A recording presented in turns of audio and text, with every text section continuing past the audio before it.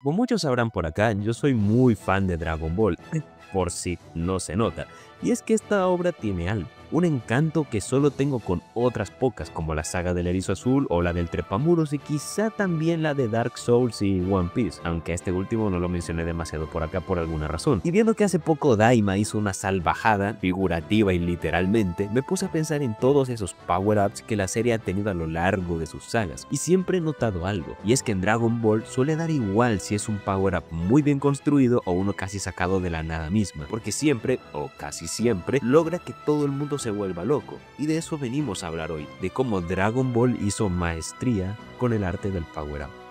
Lo primero es entender que justamente la naturaleza de los power-ups es provocar sensaciones como expectativa, ansia por ver lo que pasará y en un todo dejarte lleno de hype. En el caso de medios donde el público puede participar como un videojuego, se añade el factor de poder ser fantasías de poder, como el Super Sonic de Frontiers o el Sin Devil Trigger de Dante. Pero claro, en el caso de Dragon Ball, salvo por sus juegos, esto no suele ser algo que se pueda dar.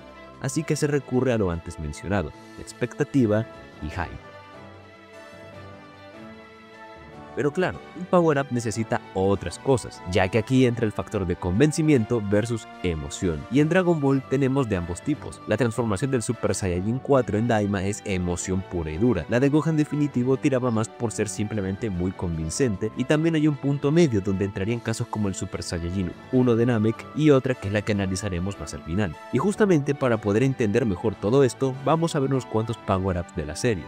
Número 1. Power Up de emoción. Como lo mencioné antes, es obvio que no puedo salir en un video de Dragon Ball y tener los huevos de no mencionar esto. A ver, si bien no soy fan de Dragon Ball GT en lo más mínimo, admito que hay tres cosas que sí aprecio de esta serie. Su tema principal, obvio, su final, que daría para otro video, y el Super Saiyajin 4 de Goku, porque el de Vegeta sí que fue una fumada. Aunque bueno, el de Goku medio se puede cuestionar, pero está mucho mejor llevado. Y obviamente verlo en Daima me pareció impresionante, pero ¿por qué tiro primero por estos derroteros? Muy simple, porque sé que lo primero que varios iban a decirme era que de qué maestría estoy hablando si pongo a esta transformación y de Daima además. Bueno, porque si bien a nivel coherencia está poniendo al canon muy en la cuerda floja a fecha de este video, este Super Saiyajin 4 sí tiene algo de lo cual se puede aprender, y eso es cómo darle al público en la tecla adecuada. No exagero cuando digo que muchos de ustedes habrán sentido que estuvieron toda su vida esperando esa escena, en especial esta de aquí que directamente ya me hizo explotar. Es un momento en cómo se preparó esto, y es que si bien se sabe que Neva lo pudo hacer al despertar el potencial de Goku como un Saiyajin, también es cierto que el truco no está ahí, sino en cómo se supo jugar con las emociones del público. Primero lo vimos en una forma más o menos de preadolescente, donde si bien varios pensamos que habría sido mejor verlo adulto, igualmente el diseño estaba bien, aunque es verdad que escuché quejas por cómo se presentó, al no ser de una forma emotiva como el de GT, y lo entiendo, pero por un segundo dejemos la nostalgia de lado y entendamos con qué propósito sale esta transformación. No puede ser sentimental como el de GT porque no hay una construcción para eso, pero sobre todo porque no la necesita. Esto no es una forma nueva, es simplemente un retorno y por ende debe sentirse triunfal, como un regreso por todo lo alto, y por lo tanto su aparición requería un tono épico y por supuesto su transformación en adulto, que fue el colmo de la esencia. Pero ¿dónde está el mérito pese a ser a primera vista algo que salió solo porque sí y hasta es conflictivo con el canon? Pues en que logra ser uno de esos casos donde dices, me da igual, y eso tiene mucho más mérito de lo que se cree, más hoy día donde todos solemos estar más atentos a detalles de guión y fallos del mismo, y eso se debe a cómo supo jugar con el sentimiento del público. Pero algo similar le pasó al Ultra Instinto, especialmente en el anime, donde era algo nuevo y a priori salido de Dios sabrá dónde, pero que además de tener en sí algo de base, también funcionó porque su obtención creó curiosidad, y el proceso a dominarlo nos generó expectativa. A mi forma de verlo, una historia puede de vez en cuando sacrificar un poco de su lógica en pro de que se potencien otras cosas, en este caso el sentimiento de clímax. Ojo, no digo entonces que de ahora en adelante todo sea un festival de incoherencias, solo digo que ya que de todas formas esto sí o sí le va a pasar en mayor o menor medida a cualquier obra, no es un pecado que a veces se den estos casos siempre y cuando contribuyan en otra cosa a su historia, pero eso, a veces tampoco nos pasemos. Y no, Gohan Beast no tuvo la misma suerte, al menos no para mí, pero a esa transformación casi que prefiero dedicarle un video propio. Esto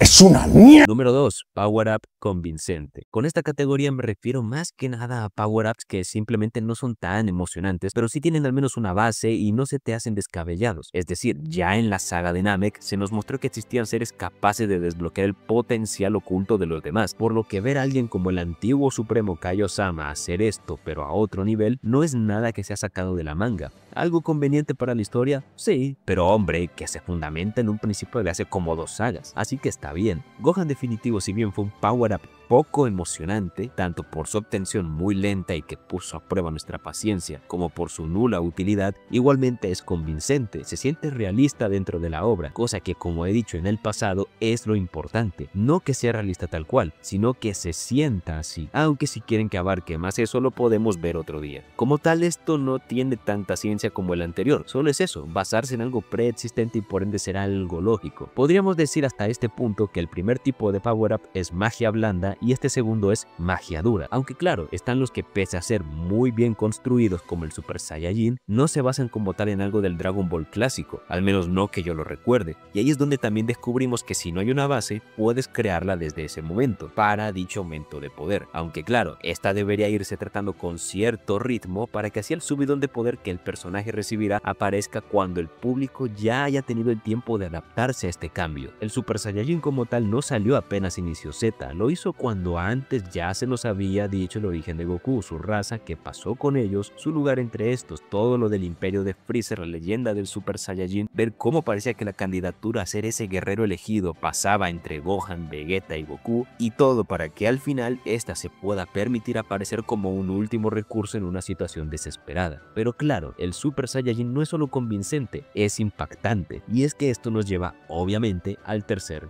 tipo. Número 3. El power-up convincente y emocionante. Ya que gasté como introducción al primer Super Saiyajin, vámonos con su continuación que igualmente es un mega power-up. El Super Saiyajin 2. Dios mío, ¿por dónde empiezo? Este es probablemente el mejor power-up de todo Dragon Ball. No el más legendario porque todos sabemos cuál es, pero sí el mejor escrito. Este tiene todo. Por un lado posee la base de que todos los Saiyajines del elenco están buscando cómo sobrepasar el poder de un Super Saiyajin, con métodos muy diferentes y obviamente llegando a conclusiones distintas.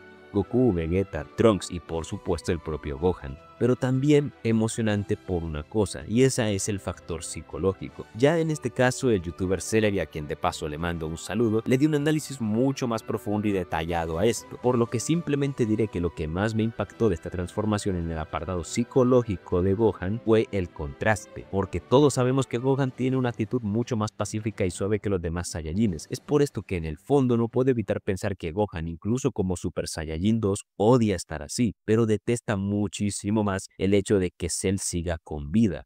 Y esto despierta su lado más Saiyajin, pero sobre todo sanguinario. Y esto también se potencia por algo que suelen usar todos los power-ups de Dragon Ball que consiguen ser emocionantes. Y eso es que se sientan como un último recurso, la última salvación. Le pasó al Super Saiyajin 1, al Super Saiyajin 2, al 3, aunque eso no le duró mucho, al 4, al Ultra Instinto, y eso es gracias a la sensación de clímax antes mencionada. E incluso por esto es que el caso de Gohan definitivo, si bien creó expectativa, no fue tan emocionante, porque simplemente ya puedes intuir que Gohan barrerá el piso con Buu, que luego la cagó, pero eso es independiente del power up en sí. Y yo sé que alguien me diría, hombre, es que con Gohan Super Saiyajin 2 también podías intuir que le iba a meter una paliza a Cell, sí, pero ¿sabes cuál es la diferencia? Que a cambio de esa diferencia de poder tan bestia que debería quitarle tensión a la cosa, obtienes, como dije, el cambio en la psique de Gohan, o siendo más específicos, el que ésta sea llevada al límite, por lo que igualmente hay emoción a partir de otra cosa, en este caso el cambio del personaje. En resumen, diría que Dragon Ball es un caso muy curioso, porque es como digo, da igual que el Super Saiyajin 4 de Daima saliera de la nada misma, porque igualmente generó impacto 2 veces seguidas, y no cualquier obra logra esto. Pregúntenle a One Piece, por lo que sí, es algo que vale la pena ver, ya que se pueden aprender una o dos cosas de cómo crear un power-up y qué tipo de opciones tienes, ya que realmente las 3 versiones que mencioné son eso, opciones, y ya van dependiendo de cosas como qué tipo de sistema de poder quieras utilizar en ese caso, y también tu propio estilo. Pero bueno, esto ha sido todo de mi parte por el día de hoy. Ay, Dios mío, muero, por esto lo tienes que grabar con tos. Si el video les ha gustado, siempre pueden dejar un pulgar arriba. Si quieren ver más videos de este estilo, siempre pueden suscribirse. Y si ya lo han hecho, pueden usar una segunda o tercera cuenta. Déjame abajo en los comentarios qué opinas de... Diablos, me estoy muriendo. ¿Saben qué? Adiós, hasta la próxima.